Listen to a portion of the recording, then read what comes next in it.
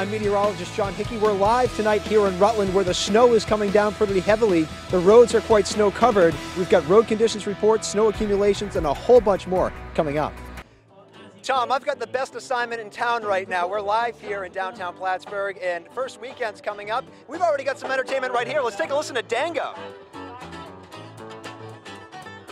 So you know what, Steph? I'm going to dance to the beat out here a little bit, all right? This is the last song. We're going to send it back to you in the studio so I can enjoy some of this. Had this come my way during batting practice probably about an hour ago. Just kind of looked up, and there it went.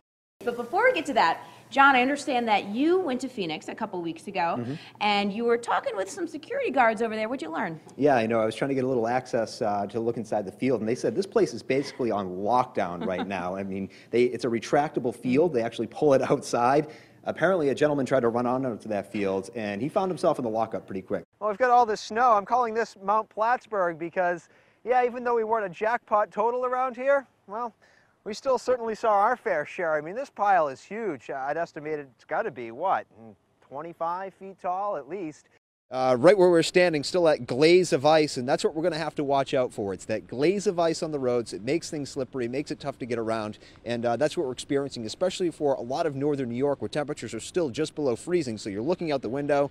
It looks like just rain, but it's freezing on contact, and it's making a mess of the side streets, sidewalks, and things like your front step as well. But for now, we're continuing with this tornado warning coverage. I want to do something a little different here. Let's switch on over to Max 2 if we could. I want to show you an interesting product about why we may be looking at this potential tornado. It's so the radar has a lot of different modes. You're used to seeing and us talking, hey, here's where a shower is, here's where the storms are. What we're looking at here is something called velocity mode. Basically, it's sensing what's moving towards and what's moving away from a radar. Cool colors are towards, warm colors are away. We have this broad kind of area of rotation in here. This is 313, this is Shaftesbury down to the south, that's Manchester off to the north and east. So we're tracking this line pretty carefully here as this whole thing continues to shift off towards the north and to the east.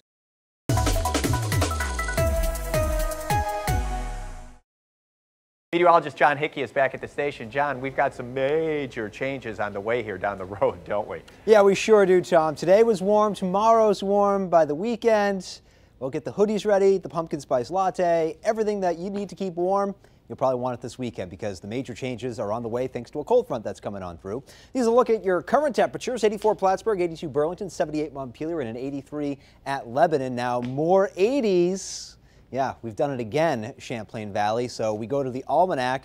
We've done it 83 times in 2016. The record, or the old record now, was 81. So now we're 2 over that. Looking at another day tomorrow that looks 80 or perhaps a little bit better. I mean, look what the average is, 55. So we're certainly sailing above 80s, well beyond what we typically do in a typical year. And with all these 80s around, it's made the month of September a lot warmer than we typically expect. In fact, temperatures more than 5.5 degrees above average this month. You look at this map here, a red day is an above average temperature day, a blue day is a below average temperature day, and you have a couple of exactly average days in there this month. But you notice it's basically a sea of red, kind of goes the way that all of 2016 has. But the changes are coming. Tomorrow, beautiful day. Lots of sunshine, humidity starting to come down a little bit. We'll do about 80. There's the weekend. Big cool down. Temperatures by then dropping into the low 60s. Average high this time of year, oh, by the way, sits at 69 degrees. First alert storm tracker, we did notice a little bit of increased cloud cover this afternoon. That was a cool front that slid in from the northwest, now moving down to the south and to the east, but we're already starting to find some clearing here in the immediate Champlain Valley. There's the remains of post-tropical storm Julia, for what that's worth. That storm will be of no consequence to us, staying well down to the south. Our next area of disturbed weather is actually kind of this secondary cold front that's hanging around in Canada. It's behind this banner here, which I can't move out of the way, but what's going on there is this thing's going to settle down, and on the other side of it, it's going to get a bunch cooler around here for the weekend. As we just talked about, high temperatures only in the lower half of the 60s. So let's talk Futurecast. I'm popping you all the way up to 3:30 tomorrow afternoon because between now and then, really not too much to worry about. Looking at a lot of sunshine for your day tomorrow.